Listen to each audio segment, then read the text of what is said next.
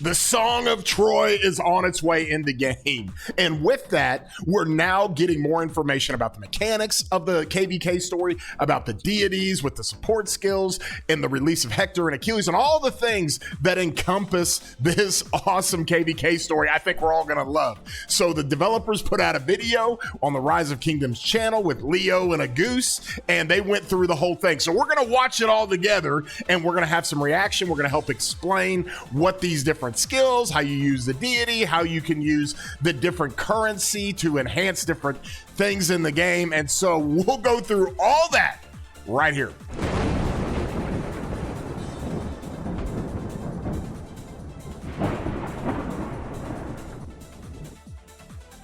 Hey everybody, welcome back. I'm your boy War Daddy Chatsky. I put out videos all the time, and a lot of these videos we love to do on the guides and the different things and the aspects of the game. So that's what we're going to do today. And if you enjoy these videos, please throw a like on it. And if you haven't subscribed, consider doing so. Hit that subscribe button to where you can really help out the channel, be a part of the community that we built, that we love. Also hit that bell if you want to get any alerts when this stuff comes out. Well, they just recently put out this video of the Song of Troy, and it is a situation, obviously, let me kind of adjust it here, but it's a situation to where we now have more information on the Song of Troy.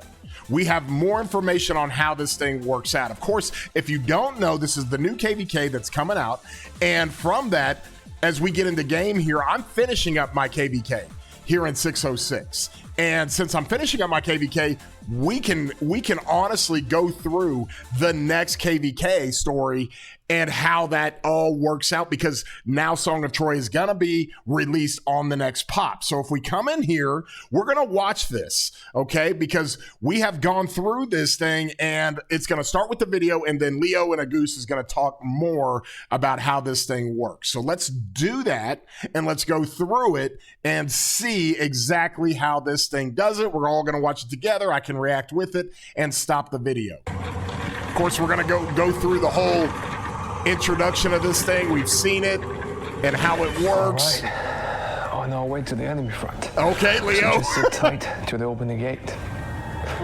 Who's there? What is that? A goose told me she'll wait for me over there. So, who's in here with me? Oh my gosh. Leo! Oh, come on. It's a goose! Trojan horse. Don't be alarmed, nothing to see here. Welcome back, governors and Agoose. I hope you had a fun ride, Leo. Fun. Let's just say it was haunting. Well, anyway, I'm Leo, serving as Achilles soldier today. Yeah. In today's video, we'll be giving you a quick run-through of the upcoming new KvK. Song of Troy. This is the KvK that many governors have been waiting for. Yeah, 100%. Governors will fight as one of 4 camps. One of 4 Iolea, camps. Sardinia. There's your map. Okay, so we're off the Aegean Sea, if you will. You have Lycia, Dardania, you have Aeolia, and Messines, I think is how you pronounce that. And so you got it's a 4-camp KvK. I'm not the biggest fan of 4-camp KvKs, but for new stories and things like this, I'm all for it. Let's continue. Alicia and Makane.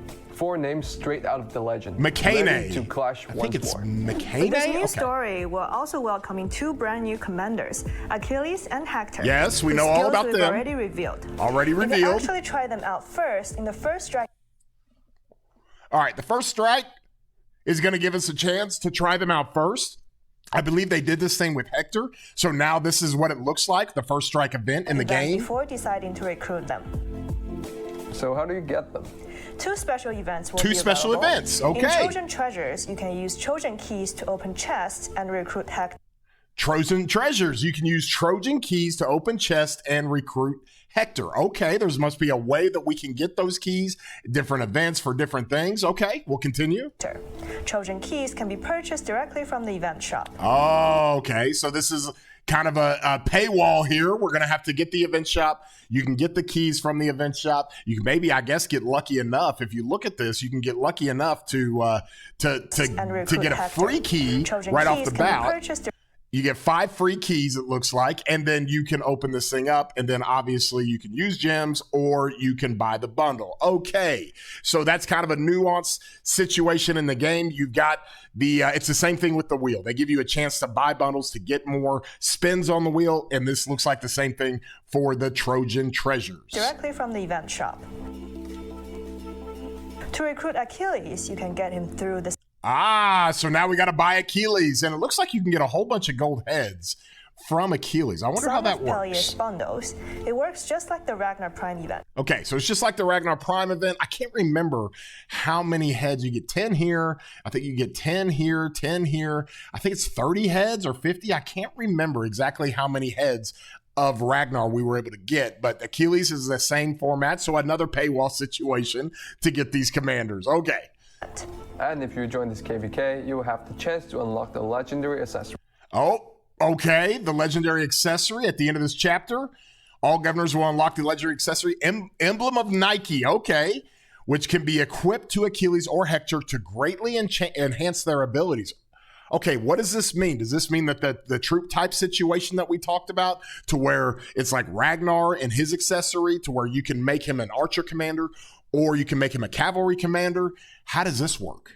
It can be equipped by either Achilles or Hector. If one of them is set as the secondary commander, while using this artifact, their skill effects will apply to all unit types. Okay, so all unit types, if they are the secondary commander, so it's the same effect we've had with Ragnar, you have with Achilles and Hector. That's what we saw earlier, but now it's actually showing it, and what part of the Chronicles you're going to get that in. Okay. Sweet. A will to skill. Okay, another event. In addition, you can exchange Universal Commander sculptures for certain Commander sculptures to unlock additional rewards in a will to skill event. Now let's move. Wait a minute. What did they just say? Hold on. Let's listen to that again.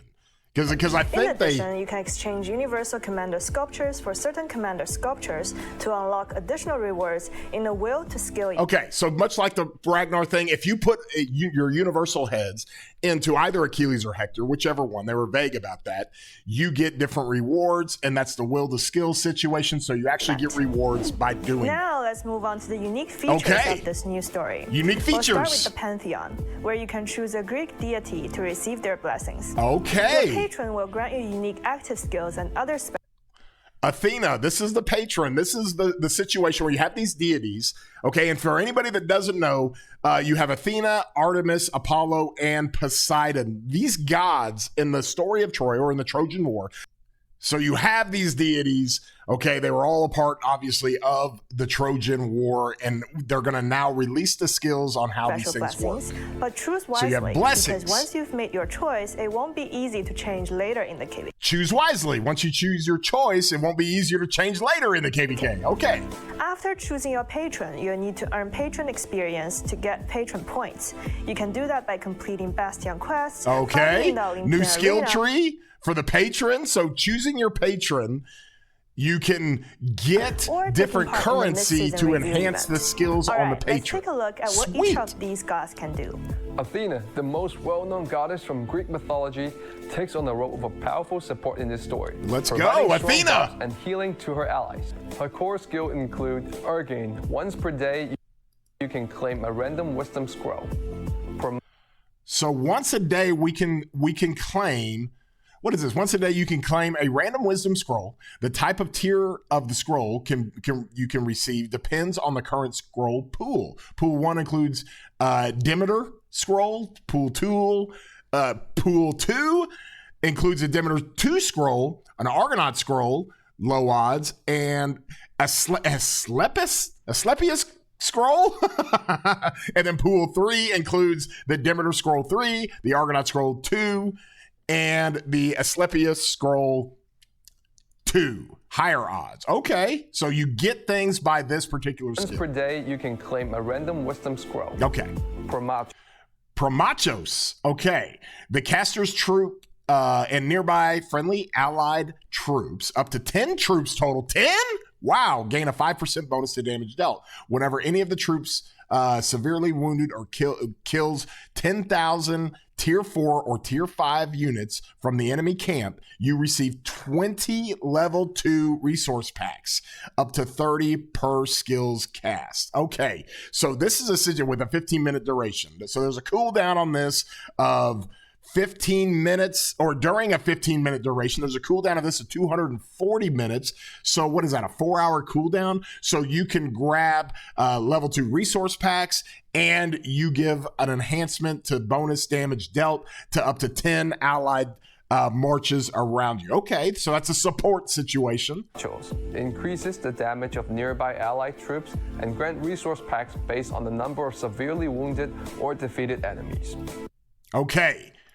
Sotera. Sotera. Allows the caster and nearby allied troops to heal. Mighty heals the caster and nearby allied troops, up to 10 troops, every 10 seconds. Healing factor 50,000? Wow. Holy God, that's almost like some of the different gameplays that we do with PvE and being able to do the support skills on Soroli and things like that. That's a ton of healing. Targets must be out of combat. Oh, you got to be out of combat, so you got to be away like in a murder ball. Each troop can be healed up to 500,000 wounded units by the skill, regardless of the caster. It lasts for 15 minutes. Okay, the cooldown's 1 hour. Okay. Over 15 minutes. But note that it only works when they're out of combat. Next up is the goddess of the hunt, Artemis. Her skills can be summed up in just a few words. Okay, Artemis, let's go. Teleportation, letting her shadow troops appear and disappear like ghosts on the battlefield. What? Her first skill, Bountiful Hunt. Troops disappear and appear like ghosts? Like, what is this, sneaky tactics? 1 time per day, you can sacrifice a resource point or barbarian fort to Artemis, instantly removing it from the map. Oh my God, thank you. For teleport spots, to drop flags, to do the different things with territory as you're opening up a zone. Now, you don't have resource points in Kingsland, but in Zone 5s and the Zone 6s with past 7s and stuff, you got to be able to random teleport. You got to be able to teleport on territory. And the barb forts are a headache when it comes to this. So now you have a chance to remove those. You'll earn gold whenever you severely, this is the passive skill. You earn gold whenever you severely wound or kill T4 or T5 units from the enemy camp, up to 2 million gold per day. That's not a huge deal. You can farm 2 million gold in literally just about 30 minutes with a whole bunch of marches. So that is interesting because of the fact that you can remove things. So you can have a farm go get this. If your main account is going to use some of the other deities, the other patrons and you want to be able to have this, though, somebody's farm is going to have this, and you're going to be able to remove a barb fort or resource points. Interesting. Lets you sacrifice a resource point or barbarian fort once a day.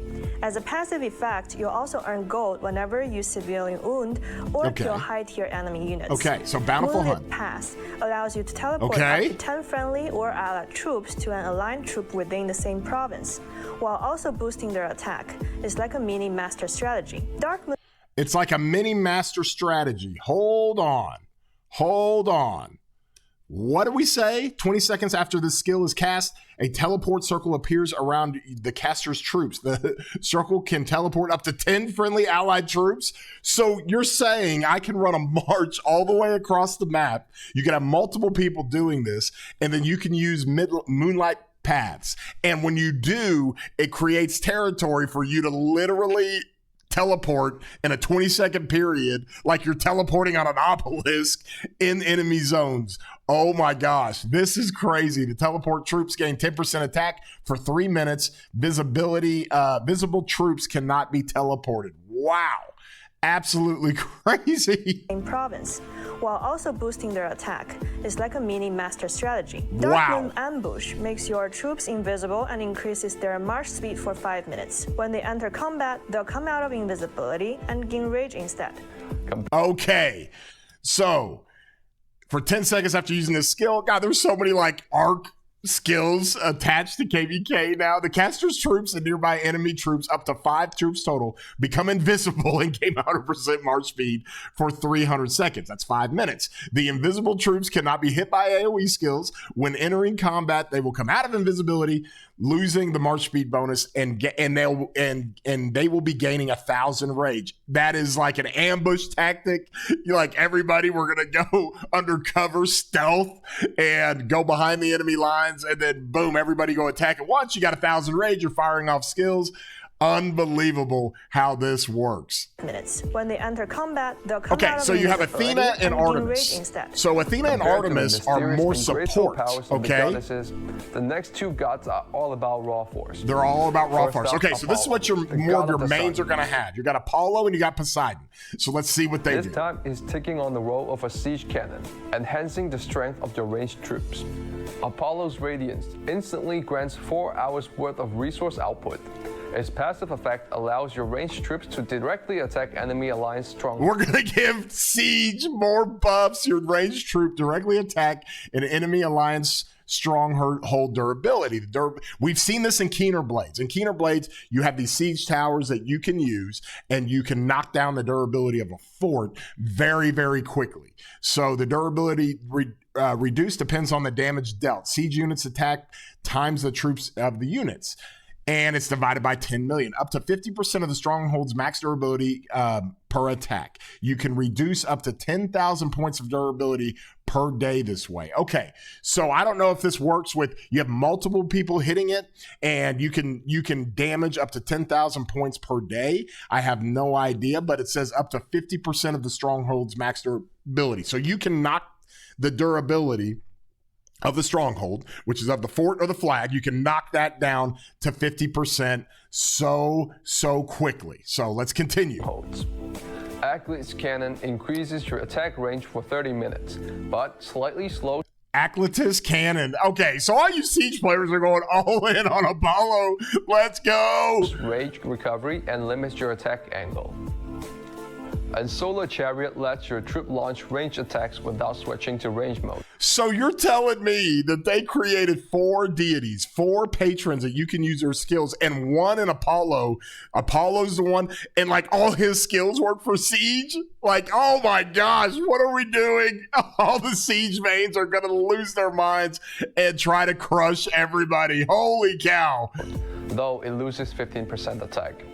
Last but not least, we have Poseidon. Poseidon! The god of the sea. He slows down his enemies while boosting his troops' survivability. Definitely a key player in large-scale battles.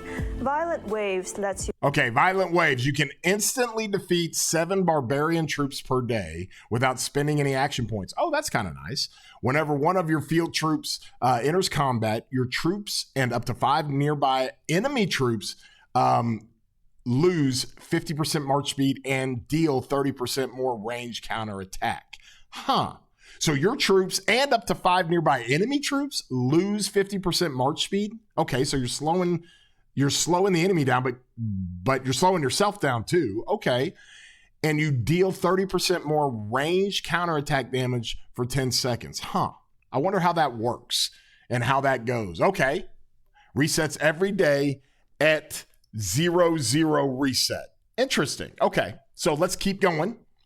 You instantly defeat 7 barbarian troops every day without spending any AP.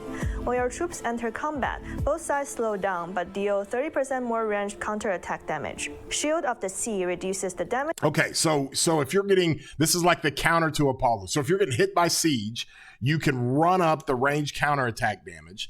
Okay, and so your troops are going to be a little bit stronger when they're getting hit with siege, and so you're going to run up the counterattack damage. I like that. Cooldown of 10 seconds. I wonder how many times you can use that. You've got a currency here, so you can probably pop that off a bunch when you're trying to deal with siege towers. Okay, so interesting how that works. But deal 30% more ranged counterattack damage. Shield of the Sea reduces the damage. Shield of the Sea? Okay.